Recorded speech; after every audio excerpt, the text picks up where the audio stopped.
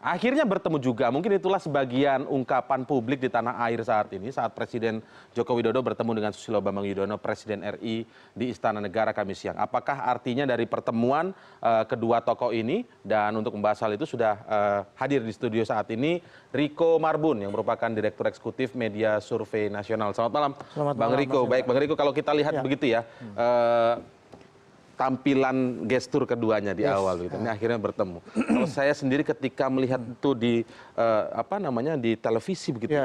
Terlihat seperti tenang, seperti santai. Kok rasanya agak nggak masuk akal ya. Dari beberapa pekan terakhir ini kan kalau dilihat kan keras tweetnya. Apakah saya tidak boleh tinggal di rumah saya sendiri?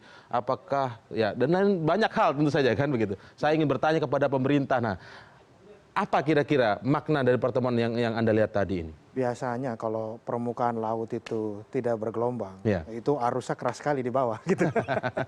Jadi sebenarnya begini, kalau kita mau lihat maknai pertemuan antara Jokowi dan Pak SBY ini, kita harus tarik sedikit ke belakang ya. Sebenarnya histori relasi antara kedua presiden ini seperti apa? Yang satu mantan, tentu yang satu masih menjabat.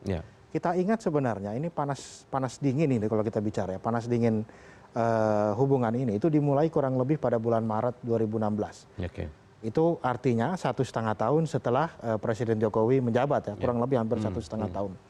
Nah pada saat itu kita ingat SBY mengadakan Tour de Java, ya kan? Tour de Java, kemudian dia keliling Jawa begitu ya, menyerap aspirasi dari kader Partai Demokrat dan rakyat secara keseluruhan. Nah, pada kesempatan kali itu sebenarnya ada satu hal yang mungkin bagi sebagian besar orang lupa mungkin, tapi kalau catatan itu kita buka, kita ingat di sana Pak SBY pada saat itu mengkritik dengan agak keras ya pemerintahan Jokowi pada saat itu. Jangan menyalahkan pemerintahan yang lalu-lalu begitu ya? Bukan itu, kalau saya tidak salah ya, termasuk salah satunya itu, tetapi juga dia menyatakan bahwa ini salah satu program pemerintah pada saat itu adalah pembangunan infrastruktur besar-besaran. Dikritik oleh Pak SBY pada saat itu, ini uangnya dari mana? Ekonomi masyarakat sedang lemah begitu ya. Kalau masyarakat ditarik membiayai ini dengan pajak, mereka tidak akan mampu. Nah, jadi sekian lah, mungkin kira-kira hampir 1 pekan atau 2 pekan kalau saya tidak salah ya. Tour de Java itu berjalan. Nah, kemudian yang menarik adalah di ujung pasca Pak SBY menyampaikan kritik itu, Pak Jokowi datang ke Hambalang. Nah, datangnya sederhana aja, dia datang kemudian lihat-lihat sambil geleng-geleng. Mangkrak maksudnya. Nah ini nggak selesai lah, kurang lebih begitu kan. Jadi, nah kemudian setelah itu kita bisa melihat ada gelombang saling berbalas, ya. Ada gelombang saling berbalas, ada berbalas tweet begitu ya. Ada ya berbalas. Padahal sebelum Maret 2016 itu transisi cukup lancar ya berjalan. Cukup lancar. Artinya tidak ada apa-apa. Mungkin pada saat itu SBY menilai bahwa 1,5 tahun ya cukuplah begitu kan. Nah tersisa kurang lebih berapa 3,5 tahun. 3,5 tahun ke depan.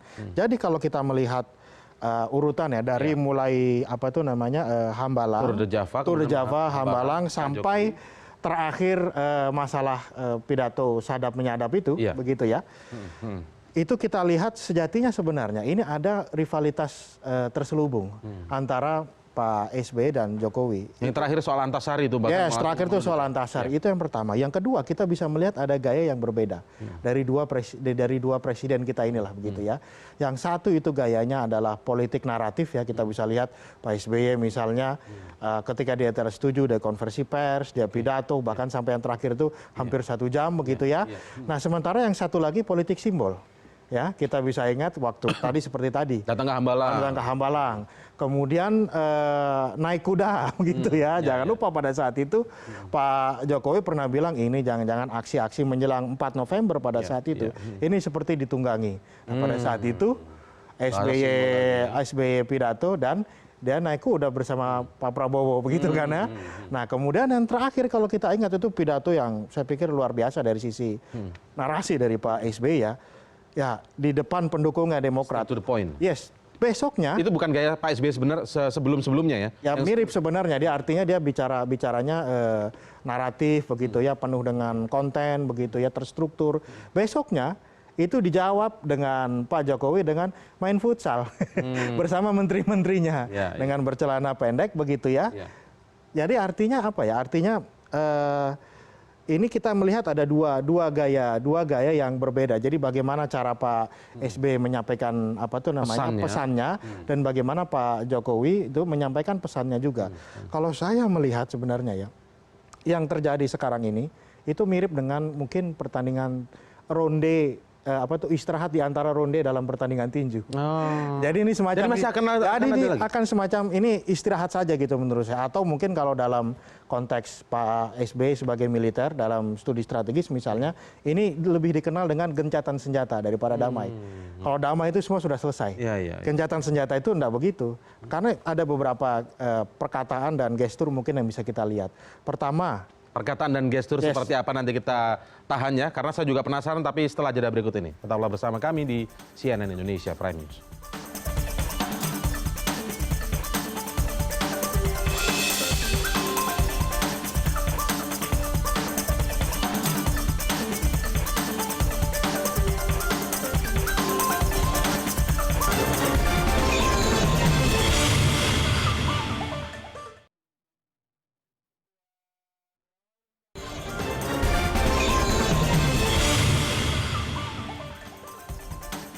Baik, kita akan kembali memaknai tadi ada gestur dan kata-kata, ya, indikasi yang menunjukkan bahwa ini hanya semacam gencatan senjata. Sebelum dijelaskan, kalau memang masih akan ada seperti itu kondisinya, belum sampai damai ya, katakanlah dalam soal politik ya. Kenapa harus ada gencatan senjata kalau begitu? Jadi kan sebenarnya kalau kita bicara dalam politik itu untuk mencapai kekuasaan politik itu ada dua jalannya. Ya. Yang pertama itu adalah aliansi atau koalisi, artinya kita kerjasama, begitu ya. Saya, Anda berkoalisi, bersekutu untuk mencapai satu tujuan yang sama. Atau kita friksi, kita berkompetisi. Saya dan Anda dalam tanda kutip itu bermusuhan. Jadi tujuan gencatan senjata untuk mengetahui. Sekarang pertemuan ini adalah kalau kita tahu di Pilkada Jakarta kemarin, kedua belah pihak ini berhadap-hadapan. Nah sekarang untuk menyambut menyongsong kompetisi politik yang ke depan, itu mereka akan pilih jalan yang mana. Kenapa saya mengatakan demikian? Karena yang pertama, Jokowi pasti menginginkan 2019 selesai sampai 2019. Kemudian tentunya, dan harapan semua presiden, berkuasa lagi sampai 5 tahun ke depan.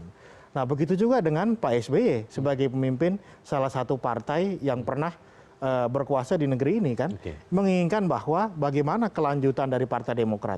Dan yang kita lihat lagi, bagaimana kelanjutan dalam tanda kutip brand Yudhoyono itu sendiri pasca kekalahan di Pilkada Jakarta. Di 2018 ada 3 pilkada besar. Jadi konteksnya ini lebih kepada ke 2019? Ya, saya lihat ini lebih ke depan ya. Di 2018 ada 3 daerah besar di Jawa ini yang akan melangsungkan pemilihan kepala daerah. Pertama Jawa Tengah, Jawa Timur, Jawa Barat. Kalau di total secara populasi pemilihnya itu hampir 50% dari seluruh pemilih di Indonesia.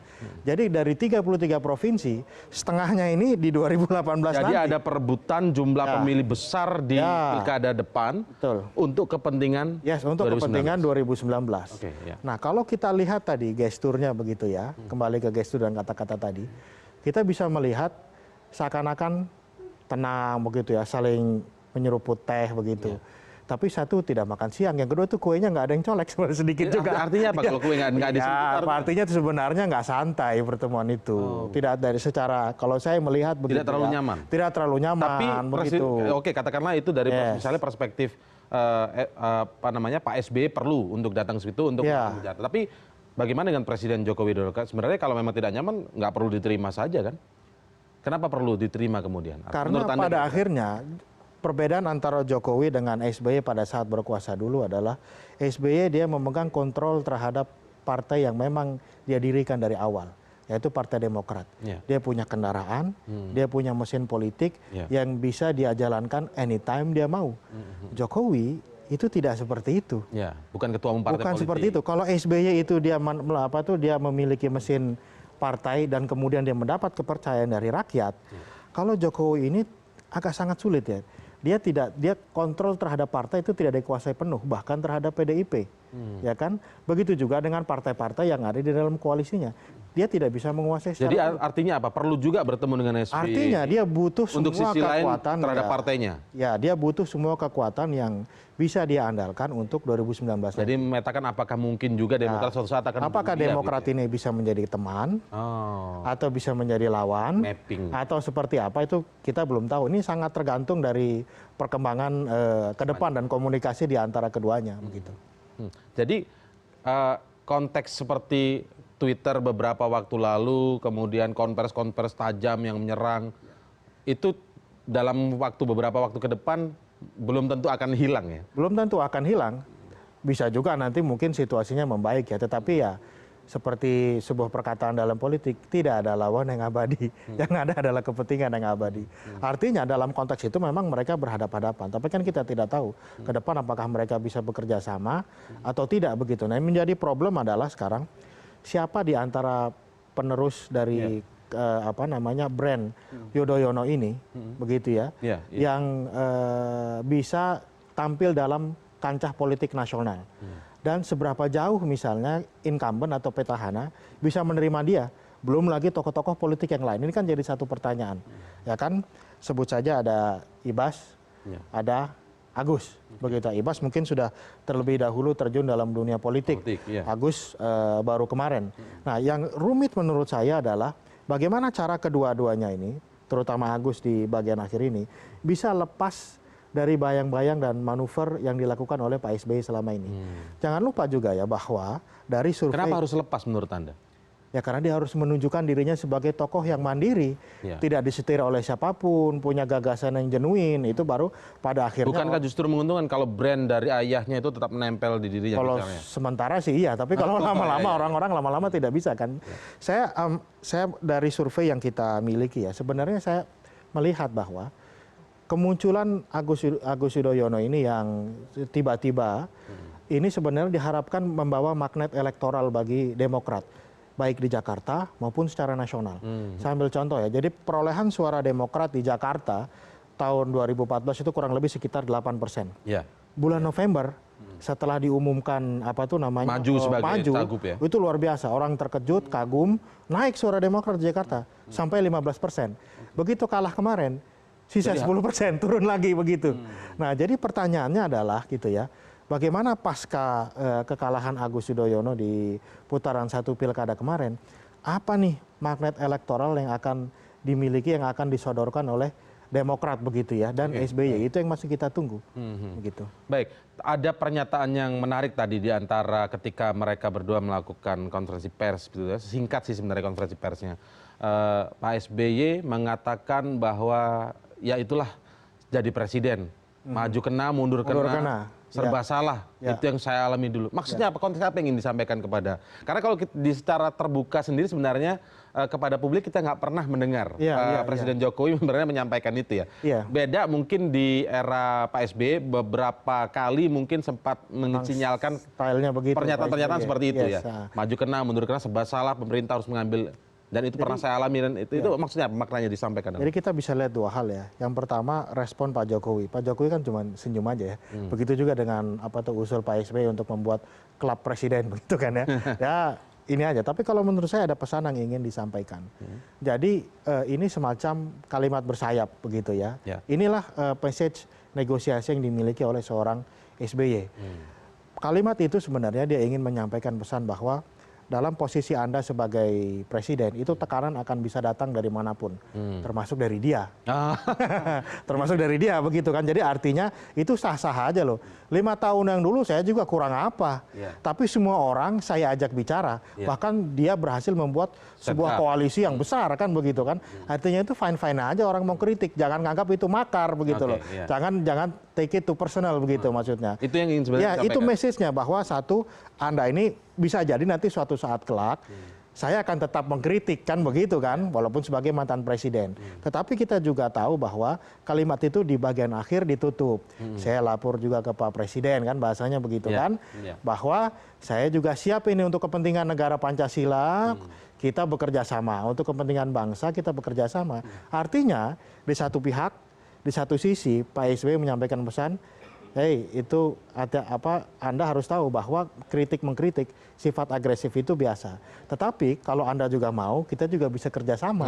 Nah, cuman perbincangan di belakang ini kan gestur secara umum. Benar, yang terbuka panggung depan. Ya, cuman panggung belakangnya ini kita belum tahu ini kapan mulainya begitu. Oke, baik. Terima kasih atas mencoba untuk memaknai tadi pertemuan yang sebenarnya juga cukup mengejutkan ya, agak mendadak bagi publik. Tidak ada beritanya begitu ya. Tidak ada beritanya, karena dipanasin di sebelum-sebelumnya kan, saya ingin sekali bertemu dengan presiden, menyampaikan berbagai. Ini kayak pertandingan tinju, ini kayak rematch. Sudah selesai, ya kita tunggu nanti apa ada rematch atau enggak kan gitu. Oke, baik. Terima kasih Bung Riko Marbun telah hadir bersama kami di CNN Indonesia Prime News malam ini. Selamat malam.